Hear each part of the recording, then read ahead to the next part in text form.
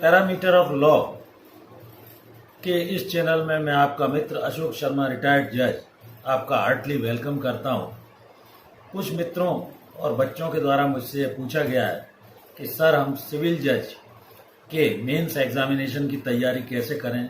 कुछ लोग प्रीलिम्स में पास हो गए होंगे, उनके द्वारा ही संभवतः ये प्रश्न पूछा गया है। इसके लिए मेरा ये सुझाव है कि आप चाहे एलएलबी में पढ़ रहे हों तभी से इन सिविल जज के कुछ पेपर्स बाजार में अनसॉल्व सॉल्व सभी तरह का लिटरेचर मिलता है, वो ले लें। और ये ज़रूरी नहीं है कि मेंस पास करने के बाद ही आप पास आगे के लिए होंगे। आप इसकी तैयारी चाहे वो प्रीलिम्स हो मेंस हो, पहले से ही जो भी लिटरेचर बाजार में उपलब्ध है आप बेयर एक्ट ले सकते हैं, अनसॉल्व पेपर ले सकते हैं, सॉल्व पेपर ले सकते हैं, गाइड्स आती हैं और नोट्स आते हैं, सभी से तैयारी अपनी शुरू से करते रहें।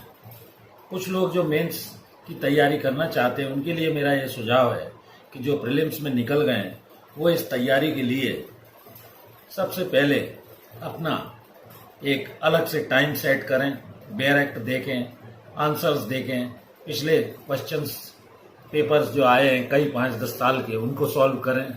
और जो स्टूडेंट प्रीलिम्स के रिजल्ट का वेट कर रहे हैं या मेंस देने का वेट कर रहे हैं उसका वेट न करें, तैयारी अपनी हमेशा भरपूर जारी रखें। तो इसके लिए प्री एग्जामिनेशन के बाद किसी एग्जाम और दूसरे की तैयारी न करें, अच्छी तैयारी करें। वैकेंसीज हर वर्ष माननीय सर्वोच्च न्यायालय के आदेश के परिपालन में निकलती रहती हैं। प्रत्येक वर्ष सिविल जज की वैकेंसी आती है। मीनवाइल आप तैयारी अपनी समय निकालकर जारी रखें। इसके लिए स्ट्रॉन्ग डिटर्मिनेशन रखें, रोजाना की तैयारी रखें।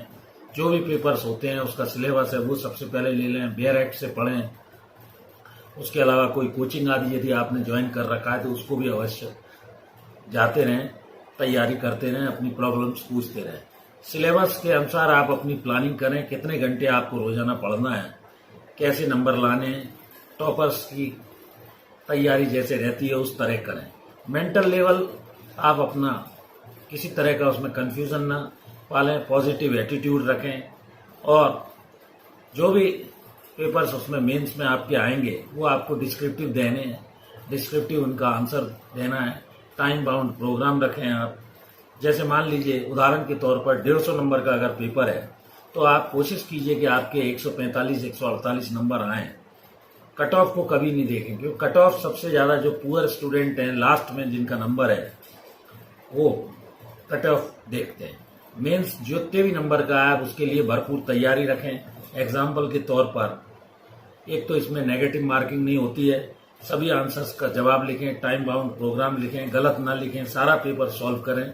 और इसके लिए सीरियली आप क्वेश्चंस जो भी आते हैं उस पेपर में आए हैं सीरियली उनका आंसर दें, जिससे एग्जामिनर को आपके पेपर मार्किंग करते समय प्रॉब्लम ना हो, वो आगे पीछे ना देखे। और जब सॉल्व करें सारे प्रश्नों को आप अटेम्प्ट करें। और जब शुरुआत करते हैं तो भगवान का नाम या संकेत तो उसमें पेपर या आंसर शीट में बिल्कुल ना लिखें, अन्यथा वो नेगेटिव मार्किंग जैसी स्थिति बनेगी और एग्जामिनर का मूड खराब हो जाता है। आपको दीवार भी परीक्षा से किया जा सकता है। कितने वर्ड्स में आप लिख रहे हैं ये जब आप टाइम मैनेजमेंट ले लेंगे और उस हिसाब से आप ये तैयारी करेंगे तो writing all questions and answers clearly, अच्छे पठनीय जो पढ़ने योग्य हो ऐसे आंसर लिखिए, एग्जामिनर आसानी से आप क्या कहना चाहते हैं। शब्दों का चयन कीजिए, इसके लिए आपको प्रैक्टिस की जरूरत है। डेली आप घर पर नोट्स बनाने के बाद लिख कर देखिए, आंसर्स को सॉल्व कीजिए। अधिकतम शब्द जो भी हैं उससे कम शब्द लिखने का प्रयास कीजिए, मटेरियल बात उसमें आ जाए, कोई बात छूटे नहीं। तभी आप टाइम बाउंड जितना पेपर में समय दिया गया है उतने शब्द के अंदर उसको लिख पाएंगे, अन्यथा आपके पेपर्स के क्वेश्चंस छूट जाएंगे।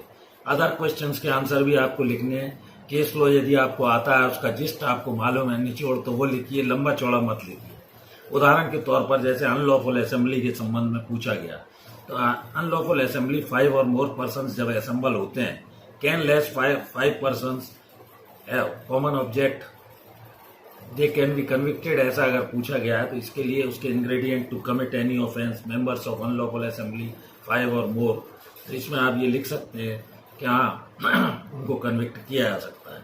सेक्शन सही कोट करें यदि आपको मालूम है, कोई एग्जाम्पल मालूम है, जैसे दिलीप सिंह वर्सेस स्टेट का केस हुआ है, बारेंद्र कुमार घोष का केस है, मालूम हो सही हो तभी आप लिखें, अन्यथा उसको साइट या कोट न करें। जैसा प्रश्न है उसको स्पष्ट समझें और क्या एग्जामिनर प्रश्न में चाह रहा है उसके अनुसार अकॉर्डिंगली उतना ही लिखें, फालतू की बातें उसमें ना लिखें, बड़ा चढ़ाकर ना लिखें, टू द पॉइंट आंसर दें और क्वेश्चंस सॉल्व करने में जैसा मैंने बताया सीरियल्स का ध्यान रखें, एग्जामिनर को ढूंढने की जरूरत न पड़े, खाली संभवतः न छोड़ें, आगे पीछे उसको मिक्स करने का प्रयास न करें।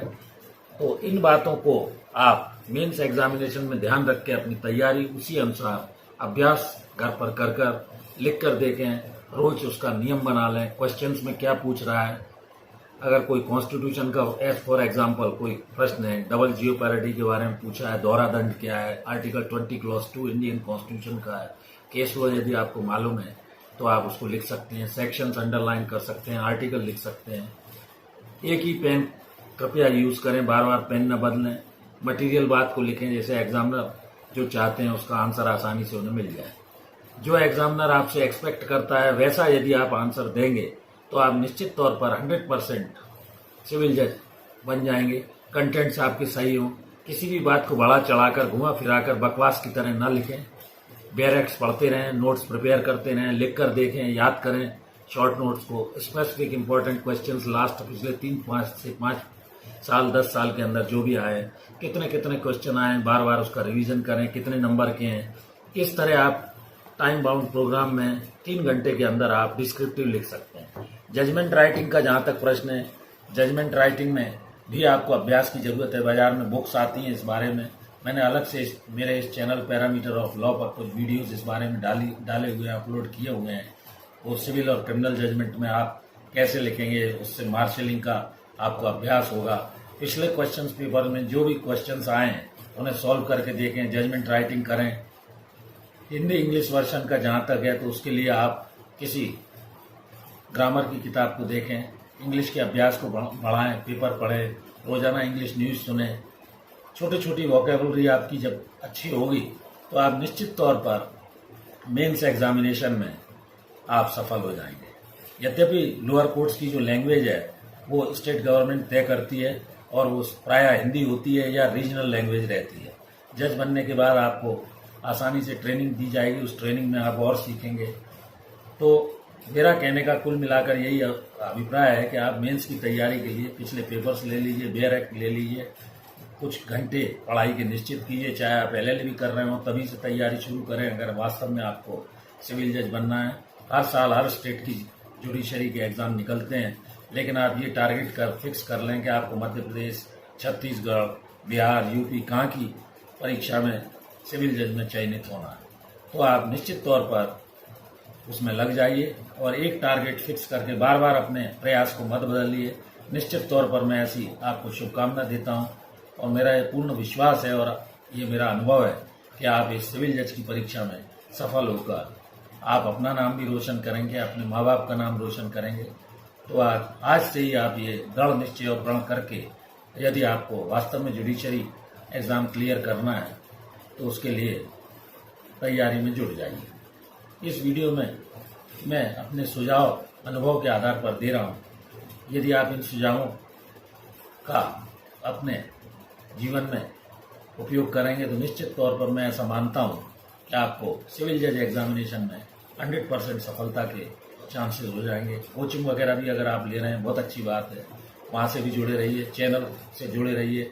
चैनल से आपको काफ़ी लीगल एस्पेक्ट क्लियर होंगे, किस तरह आपको क्या तैयारी करनी है। तो मैं समझता हूँ कि आपको ये वीडियो अच्छा लगा होगा। यदि वीडियो अच्छा लगा हो तो अपने लॉ फ्रेटर्निटी के जितने लोग हैं, आपके साथी स्टूडेंट्स हैं, सबको भेजें। यदि कोई क्वेरी है तो कमेंट में पूछ सकते हैं और चैनल से जुड़े रहिए। भरपूर आपका स्नेह मिल रहा है। मेरे लगभग 9700 सब्सक्राइबर हो गए हैं और लगभग 715 इस चैनल पर वीडियो में डाल चुका हूँ। इस वीडियो में यहीं तक। Thank you for watching this video. नमस्कार।